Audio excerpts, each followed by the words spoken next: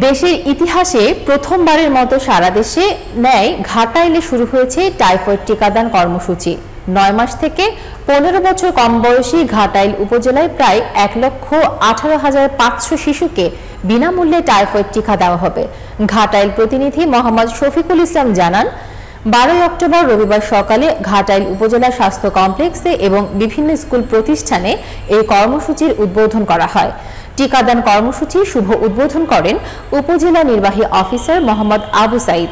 এ সময় উপস্থিত ছিলেন উপজেলা স্বাস্থ্য ও পরিবার পরিকল্পনা কর্মকর্তা ডক্টর আবু নাইম মোহাম্মদ সোহেল, উপজেলা মাধ্যমিক শিক্ষা অফিসার মোহাম্মদ শফিকুল ইসলাম, ঘাটাইল সরকারি পাইলট উচ্চ বিদ্যালয় ভারপ্রাপ্ত প্রধান শিক্ষক খলিলুর রহমান, সহকারী শিক্ষক খলিলুর রহমান সহ আরও অনেকে।